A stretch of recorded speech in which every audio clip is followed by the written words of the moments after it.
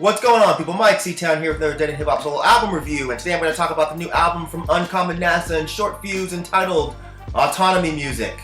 For those of you guys that don't know either one of these guys, Uncommon NASA is a dude that's been putting in serious work for decades at this point. He was part of the rap group The Presence back in the day. He engineered some of your favorite Def Jux records, producing and rapping on some fantastic records on his own label, Uncommon Records. Then you have Chicago MC Short Fuze, who admittedly I'm less familiar with due to having a relatively smaller catalog. This is only his second full-length outside of his group, the Westlands. So because of this, I wasn't really sure what to expect from this. I only heard one project he's done, and that was the album he did with Uncommon NASA back in 2010, Lobotomy Music, which I thought was really dope. But I haven't heard anything from him since then. I actually thought that maybe he wasn't even rapping anymore, but I've been a big fan of NASA for quite some time now, so anything he drops, I definitely check out. And what we have here is an album of beautiful experimental beats, noisy at times, proggy at times, definitely some krautrock influence here, and an MC who reminds me quite a bit of High Priest from Anti-Pop Consortium, in voice tone at least, but one who really knows how to flow, one who's clearly not afraid to put his emotions on a record without sounding, derivative or whiny. My favorite song on this had to be Breakdance for the Deaf. That noisy, loud, ugly-ass beat, and the way Short Fuze is writing that beat is absolutely insane to me. Peace to the blessed fam, this is the music of the revolution, the culture sustained enough heartbreak and loses, time to make our dreams more lucid and open up the mind of the clueless. One thing to note here is that these are not the easiest beats to rap over, and I think Short Fuze does so very effortlessly, and I love the way the hook comes in on this track, and I love that closing verse from NASA. When the Berlin Wall fell, there was graffiti on it. Rap has no class, even the needy want it. Homeless on a park bench, you can hear him make a beat on it.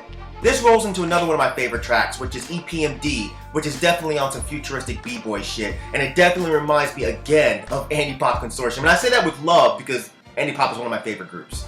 Berserker Fury, Heaven's Gate, Watch the Razor Blade Cut Your Face. This song is really dope, and I know they released this as a single, and that was a very smart move because I think this is a good introduction to this album. Another one of my favorite tracks, Self Distortion with Curly Castro, which sounds like it should be on the soundtrack to like an 80s horror movie. It starts off dope as shit. Leaving angels cordless, bearing torches. Of course it's come down to me and God and how much I've missed you, Father. You should have known I got commitment issues. That's probably one of my favorite lines on this whole album. And Curly's verse is actually really nice. His raspy voice adds a very cool variation to this track. When Young and Black versus Blue, it just takes one time. My soundtrack is Smith & Wesson's One Time. I love the way the hook is done.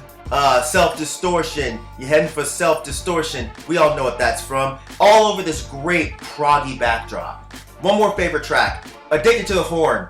This beat sounds like my favorite era of hip-hop that I'm always stuck on. The era that I have a tendency to completely romanticize, and that's that early 2000s experimental indie rap. The sparingly used horn samples throughout the beat just works so well, and I love the way Short Fuze comes in rapping on this shit. 4 years under the radar, reborn in the graveyard, back from the dead with blaze bars.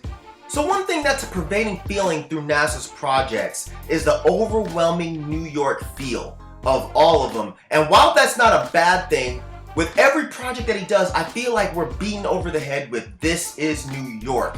From the beat to the rhyme patterns, what he does always feels like a New York subway to me. And that's definitely a talent, but I'm just saying it's always there. But what's interesting with this album is, this is the first time with a NASA project that I have not felt that. Regardless of Short Fuze being from Chicago, this album does not sound regional at all. It doesn't sound like New York, it doesn't sound like Chicago. It sounds really like it could be from anywhere because this is a fresh and interesting sound. One that doesn't really speak to where you're living or where you're from, which makes it something that I think could appeal to a lot of different people. This is quite different from their other collab album, Lobotomy Music, which I think this album is actually a lot better. Both of these guys have grown and changed so much in the last 6 years, and it definitely shows throughout this music.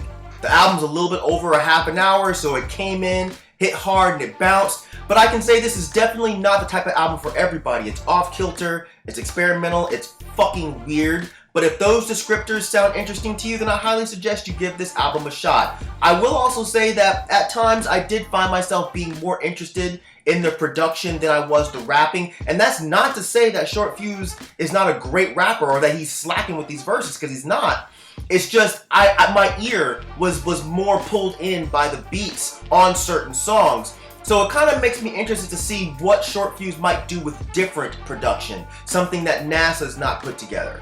I always say this about anything that NASA does, and I'm sorry, but I'm going to say it again, but this always draws me back to my favorite era of hip-hop. Like I said, that early 2000s Def Jux, Anaconda style of hip-hop. This shit that brought me to rap when I had given up on rap. And this album falls in line with that perfectly. This is one of those albums that if you're into indie rap and you're curious about some of the more genre-stretching stuff, then you should definitely listen to this. If you love the more esoteric side of hip-hop, then you should definitely listen to this. But if you're looking for something that's just gonna knock your speakers or sing hooks to, then you're probably looking in the wrong place.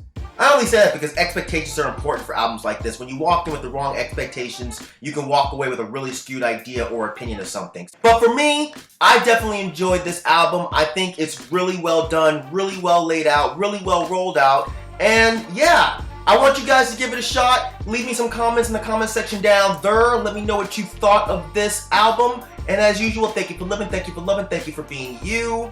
And I'll see you guys next time. Alright? Peace, bitches!